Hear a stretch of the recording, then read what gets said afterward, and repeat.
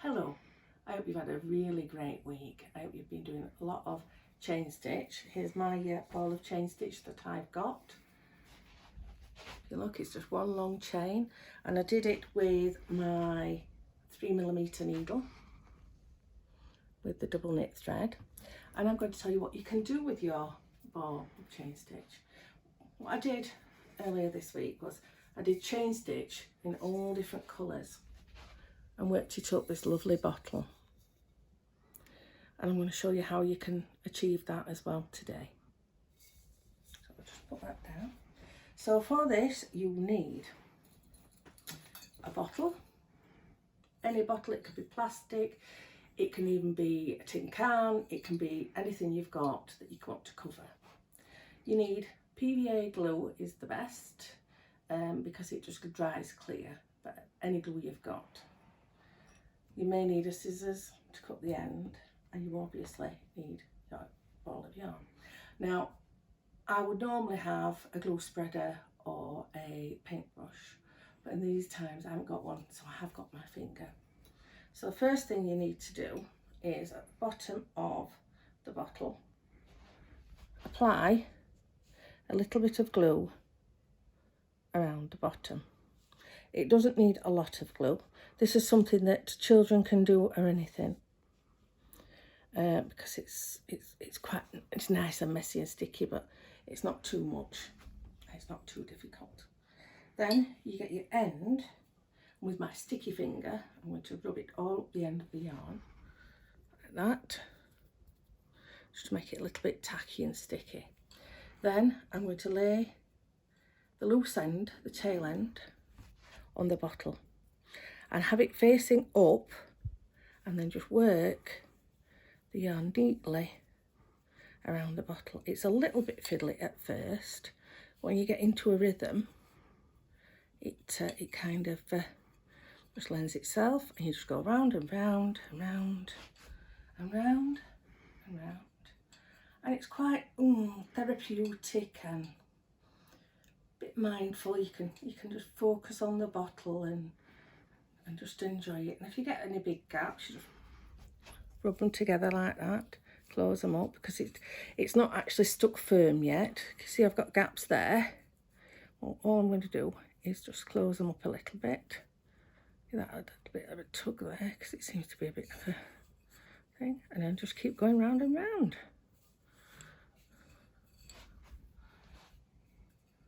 Well, I've had an interesting week this week. It's Easter week. For Palm Sunday last Sunday, me and my daughter did a donkey, and we did a little story. That's also on my YouTube channel. The local vicar and his family put on a Good Friday reflection, which is lovely, and I can't wait to see what they've done for Easter Sunday. If you look, I've just got to the top of where I glued. I'm actually not applying any more glue because it's now anchored down, and it'll go round and round and round. It's giving a lovely effect. And there'll be a later video saying how you can decorate these. So this is just how to use your ball of chain stitch. If you change colours as you go up, that's fun. And things. While we're just doing this, while I've got a bit of time, I'm going to do a few shout outs today, because I had some requests for shout outs. The first one is to Dean Hoyland, who is my lovely mum, and my dad, which is Harry Hoyland. They're keeping away and safe and sound on their own. Just having Moira to do some shopping and things, and that's it. She's not going in. She's observing social distancing, as we all are. I've got Connor on camera here. He's with me. We're social distancing and shielding together because we need to at this time. I would like to do a lovely shout out for my guiding friends. There's quite a few here, and I know some of them are taking up crochet as a bit of a challenge.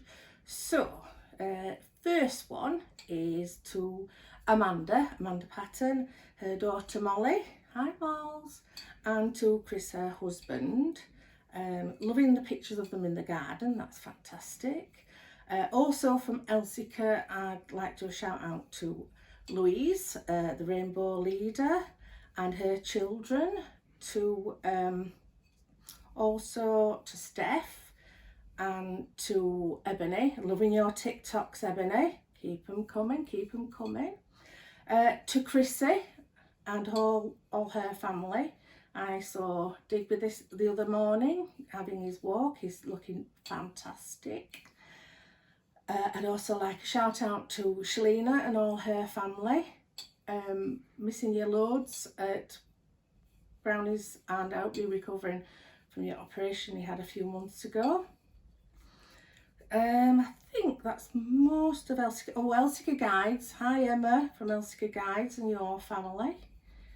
I've heard you've had a new addition to your family, a new, I think, is it nephew, niece? So that's nice. Got to do a shout out to the Crazy Rangers, as well as my Brownies and the Rainbows and the Guides. Shout out to Sally. She's been doing some beautiful crochet while she's been off, and her daughter Alyssa, and to Chris and Jonathan who were with her. Also like a shout out to Zoe and James and all the gang there, who are loving this time off, shall we say. Keeping busy, builds character, as James says. Also up there is Stacey and all her family. Hope they're all right. And I'm getting nearly to the end of the bottle, nearly to the end of my list. And to Judith from Does Oil and Common. A big shout out to Gemma and to Kev, who I do Hoyle and Brownies with. And to Joanne Gregory and her gang, who do the Little Red People up at Hoyland. I want to do a shout out to Katie, who helps out at Rainbows. Great. Loving seeing your dog Bella. I think she's been helping you out a lot, and that's nice and fun to see. I'm trying to think if I've missed anybody off, because I don't want to miss anybody off. Oh yeah, to Chloe. She's getting a shout out. Hello Chloe, that does Rainbows at Island Common. And basically to all my scouting and guiding friends all over, I'm just taking a pause and focusing back on the bottle. As you can see, I'm up to the neck. Now it's at this point I haven't added any more glue since the bottom, so I am just going to hold that and put a little bit of glue on the neck, making sure that I get the last row of the chain. This is the only hardest bit. I haven't found whether slopey bottles or the necked bottles are worse or better. I don't think it really matters. So I'm just putting a bit more up that bottleneck. That's it, spread it up. And as I get to the top, it will start to get tacky, which is just what I want it to do. Wipe my finger on the yarn again. So it gets a bit sticky, and then I kind of carry on winding around. Now you do have to be careful that it doesn't slip up as you go around, so you have to keep it firm and keep if you look where I'm doing my thumb, keep rubbing it down like that, keeping it next to each row as you go around, else you do end up getting big gaps. And with this, it is just take your time, focus on it and build it up. And then as the glue dries, just keep checking on it once you've done it, and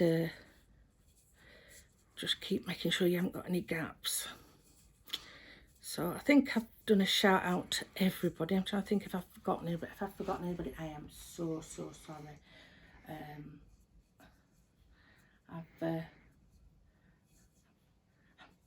I'm really am trying to think of anybody who I might not have said hello to. Look, it's starting to drift up there like that. I'm not going to panic, you see. I'm just going to shove it down a bit. it's starting to get a bit tacky.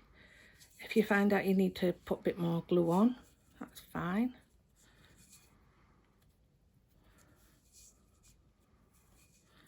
So just give it a shove down like that. It doesn't matter if you get any glue on the outside of this at all.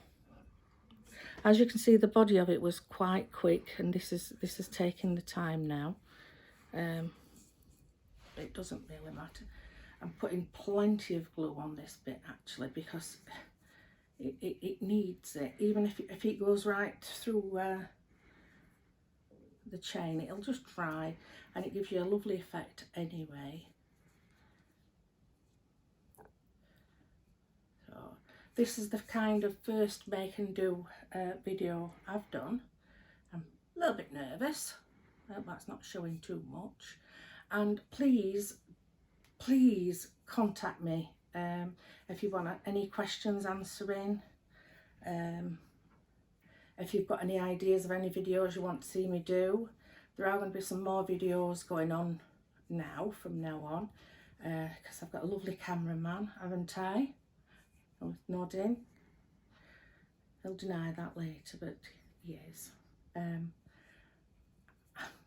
I know this is looking very, very fiddly, and it is. And if it's not perfect, it doesn't matter.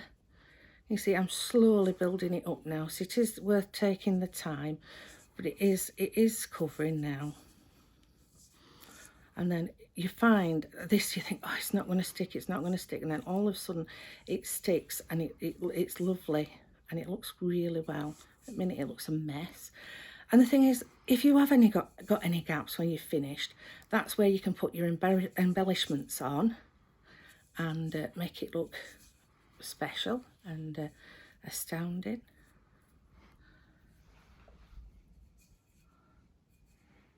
So we're getting to the top of the neck there now, and it's starting to look pretty nice, pretty good. I'm quite happy with it. It'll not be long before I'm going to be doing the stripe bit again on the neck of the bottle. So as you can see, I've no gaps, I've taken care. Well, there's a few there. Squash it down. Just take your time. The bottle is now starting to get quite sticky, but that's actually adding to anchoring it down. And if you see, the motion I'm using is I'm pushing each row onto the next, but not over it, because you want it to grow slowly up the bottle. We're on a roll again now. It's very good for building your fine motor as well, if you want to increase your dexterity in your hands and stuff like that. It is such a simple technique, and you can cover so many things. I'll be covering more things in the next few videos, but I wanted to show you this bottle, and also I put you a picture of an earlier bottle I made with some embellishments on, which has been given away for Mother's Day the other week. I like using the variegated wool. It gives a nice effect. It gives like a stone effect, if you can see. It's lovely that. You could do this with things like string. We've tried it with just normal wool in our groups with the Wacky Wednesday workshop, who are a great bunch of ladies. I'll be doing a shout out to them in a further video. I'm doing a video just for them. But we do make and do lots of things like this bottle in our workshops. We work together for fun and enjoyment.